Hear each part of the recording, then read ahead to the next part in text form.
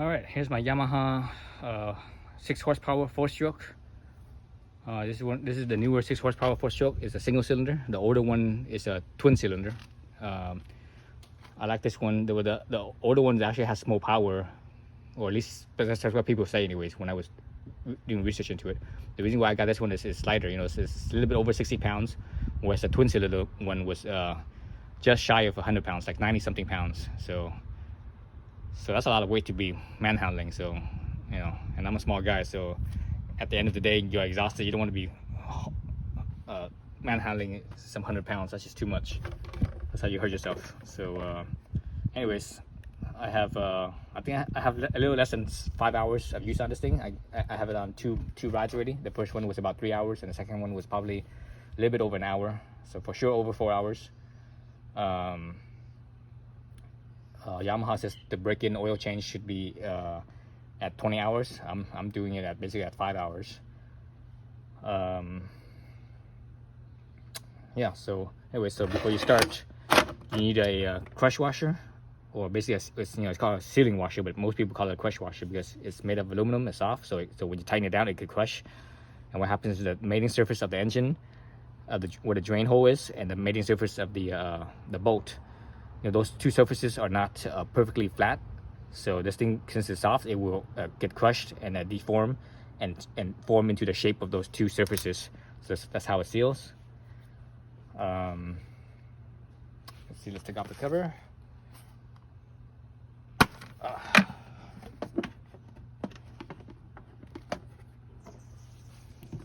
Alright, there it is.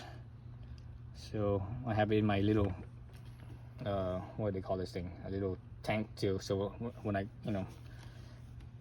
so I could run it here at home and do maintenance on it. So you can see I have water in there, and I have my little oil catch, and it floats, so it's cool. This is an old this is an old jug from a windshield wiper fluid, a gallon windshield wiper fluid. So I always buy a bunch of those, so I always have this available when I need it. All right, so down the bottom here is the you can look down at it, or you can feel it. Actually, let's bring this camera down so you guys can see it. So down right here, that's the oil drain plug down in here. This thing is, it's basically rubber, and it's shaped like that, so that way it doesn't, when you open this up, oil doesn't get everywhere, so you can catch it. All right. So that's that.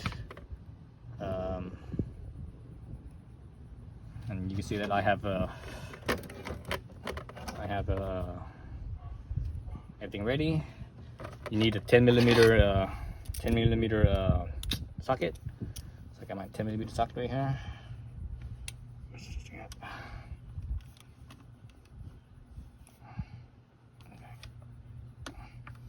Okay, let's loosen up. I'm gonna grab a different thing so that way I can just spin it real quick, and oil's gonna come out everywhere. Actually, I'm gonna have my container up right here to catch whatever. Where's my rag? I don't have my rag with me. Let's do this first. So I really ran the engine for like 5 minutes to warm it up.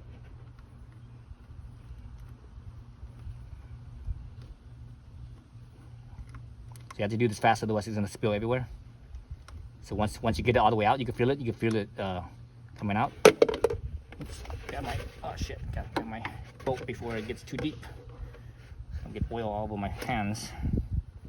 Well, it's still pretty clean, pretty clear. I'll take a video of that once it drains out.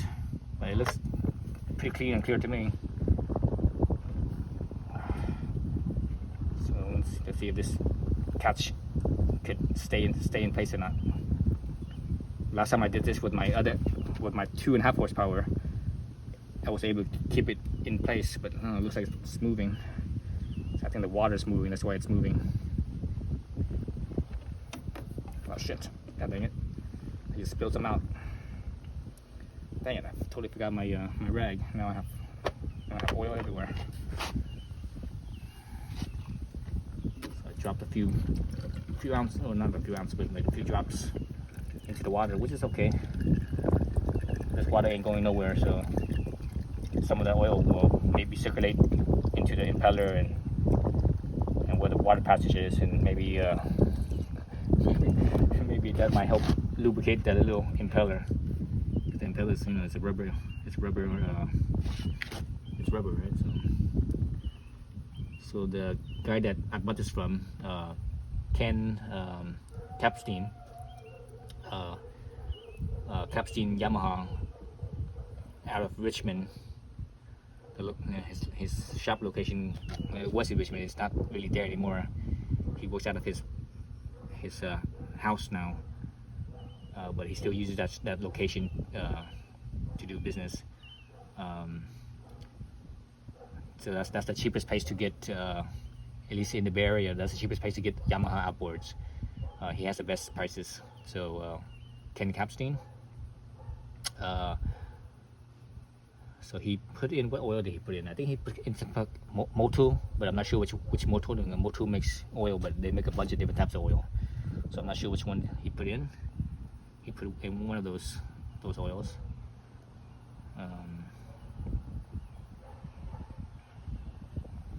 Okay, so now it's just kind of dripping. I'll leave this here. Again, this thing floats, so I'm okay with it floating. And I think it's not staying put though. It's like moving. It's moving. Okay, now staying put. Since I think because there's some oil in there, it's a little bit more mass, so it doesn't get. Oops. Spoke too soon. Spoke too soon there. I was gonna say there was more mass in there, so that way it isn't as easy to move. So I'm not sure what moved it, because the water's pretty still. It might have been the wind. It's kind of slightly windy right now. So let's let that drip, and we'll come back to it. Alright, just get my rag. Here's the drain bolt. That's a little sealing washer right there. Well, this one's small. Let's see how mine is much bigger than this, because mine actually it's not the official Yamaha sealing washer. Mine is actually from a Honda scooter, whatever I have left of my Honda scooter that I sold. So here's the Yamaha and the Honda scooter. So the ID is just about the same. Let's see. Yeah, the ID is the same, but the OD is different. The OD and the thickness on this is you can see it's thicker. So the ODs on my Honda washer is bigger by quite a bit, by like 1.5 times bigger. But it should still work, hopefully. So as long as the main thing is the ID works. So it's just barely bigger than the head of this washer, so we should be okay. All right, still dripping. I have my little catch right there. I'm using this little socket wrench, T-handle wrench, to hold that catch in place so it doesn't move. So far it's working. Just wipe this down, and I can plug it. I can't even reach it. It's kind of far in there. I can't even reach it. At least not very well with that rag. All right, so the 10mm. All right, so don't drop this in the water. It's right there. That last trip, but I can bring it up. Oh yeah, that washer just barely fits.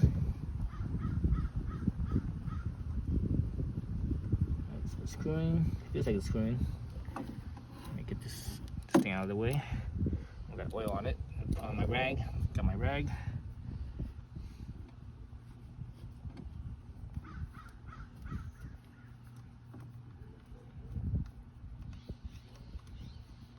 Stuff is screwing in. I can see the socket going deeper and deeper. So that's good. That's a good sign. All right, stopped. Okay. That's that. Now we get tighten it up. Little T-handle. All right, so it's stopped right there. So now I'm gonna put some pressure on it, just a little bit. Remember, this is a crush washer, so it does when you tighten it up, you actually feel it crushing down a little bit. And just you feel it crushing down, and it gets more resistance. Then all of a sudden, like there's like a lot of resistance, and you don't really feel it crushing down anymore. That's when you stop. Don't go any more than that. Otherwise, you're over tightening it, and that's not good. All right, so that was the drain. So we can move over to the other side and fill it up. All right, so I'm on the other side now. Just wipe this area so that we don't get dirt into the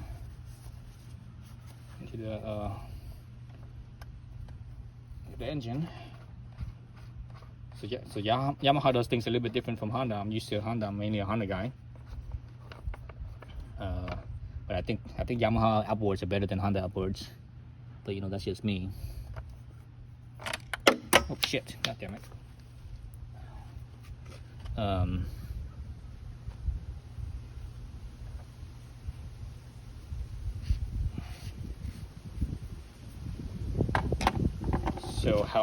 So like I said, they are a little bit different.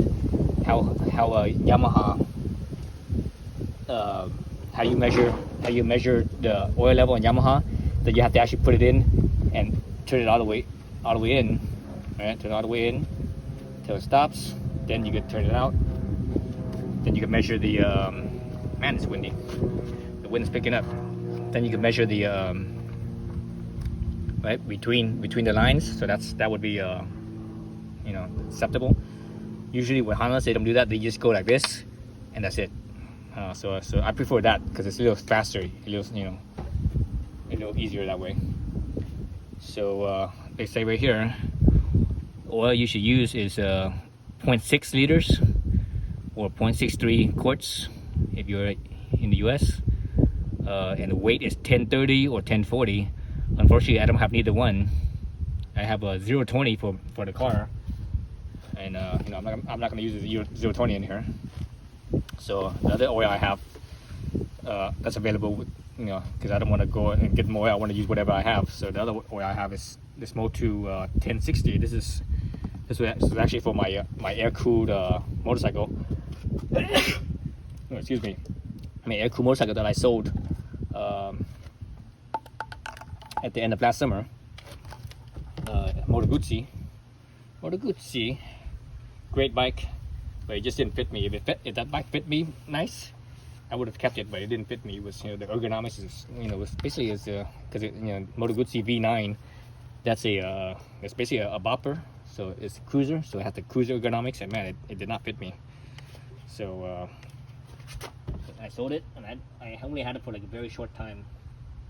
I only had it for like, I think 3 months. That was the shortest time I ever had a motorcycle before I sold it. But it was a great bike, so I'm thinking about getting the new V7 that has the V9 engine in it, basically. You know, the 250, I mean the 850. But you know, that's gonna be for a while. Right now I'm actually enjoying my my Zero, my electric bike. So anyway, so it's 0.6 liters. Let's see, let me look at my level here. Where is it at? Okay, here it is. So my level here is just over 3 liters. So I'm gonna bring it down to 2.5 liters and check.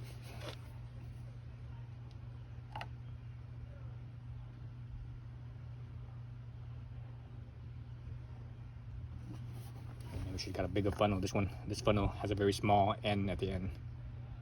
Maybe I should tilt it up more so it's easy to go in.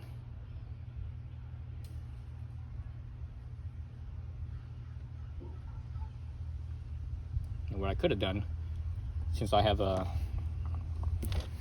match the weight of this, I could have mixed this oil with the car oil 020, do like a half and half, and it would be within this range. But you know what? I mean, what else am I gonna do with this thing? I don't have anything to, you know. I'm definitely not gonna put this in my car, so I'm gonna put it in my motorcycles eventually. But since I have it here, I'm just gonna use it for the outboard. And actually, let me put it directly in. I think it's faster. See this little funnel tip here? It's like tiny. It's midget size, so it doesn't feel much, or fast, I should say. Not much, but fast. Let me stick this in here so it doesn't, just in case I spill anything. I'll make a freaking mess. So the thing I like about Motu is that they have this little built-in funnel for you. That's cool right there. Oh shit. Nope. The thing's in the way. It's too thick. Let's see. Hopefully this will work. Yep, that works. Real slow though, gotta go real slow. I see it. I'm not sure this is any better than the funnel.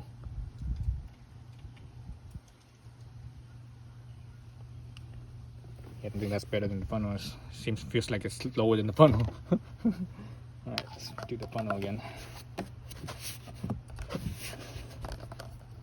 Actually got my bigger funnel. I have like 3 of these type of funnels of various sizes. Should get my bigger one because this oil fill hole is like huge. It's bigger than a Honda oil fill hole for sure. Let's see.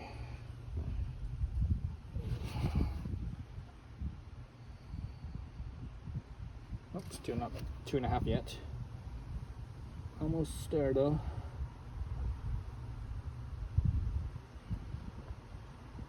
This oil is kind of interesting. It has a red tint to it, kind of like red line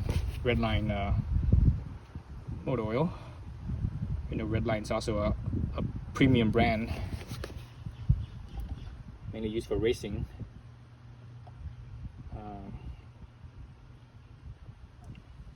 I'll never ever use racing oil unless you're racing. You know, if you're not racing, don't use racing oil. Racing oil doesn't have the additives that will, you know, keep the oil lasting. Because, you know, when you're racing, you're supposed to, you know, after the race you change the oil, so you don't care about all those additives to make the oil last longer. So that's the thing with people. They always think, oh, you know, racing's better, you know, use racing stuff. You know, racing stuff's only good for its application. If it's outside of its application range, it's, you know, it doesn't work as well. You use something that's for the application. All right, so I'm down to 2.5. Yeah, 2.5 liters. Let's check my level.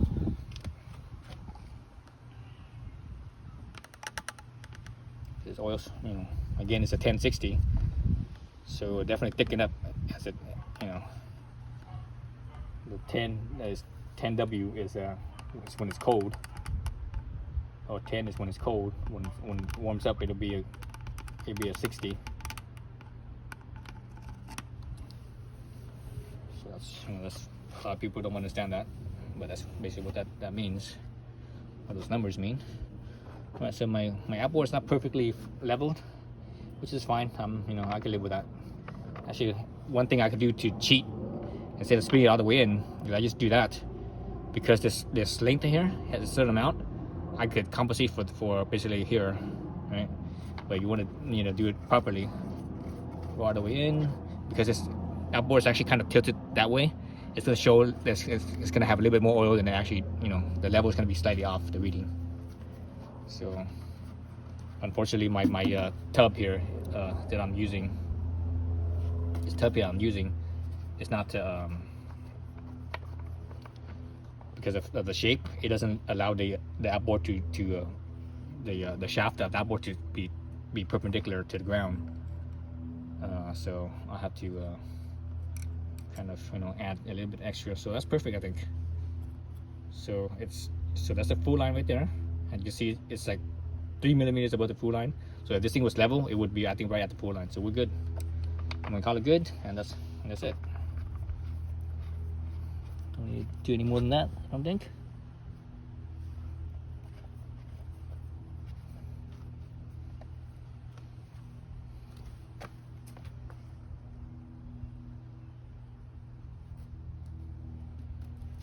That's it. So just put the cover back on and button it up, and we're good. All right, thanks for watching. All right, so here's the oil that I drained out earlier. I'm not sure you guys could see from your viewpoint, but anyways, this is, you can see the metallic in the oil. So that's why I want to get rid out, you know, get out of this, get rid of the oil when you put in the engine, because that stuff is not, you know, it's not healthy. That's why usually engine manufacturers say, you know, initially change the oil at around 20 hours or so. But I did it, you know, in less than 5 hours. So anyways, so after that, I'm not gonna change oil again until basically probably next year. I'm just gonna do yearly oil changes because realistically, I don't, you know, use the boat that much. Probably each year, I would say no more than 20 hours at the most, maximum 20 hours using the outboard. So it'll last me pretty much forever, I think. As long as I just change the oil every year, I'm good. All right, thanks for watching.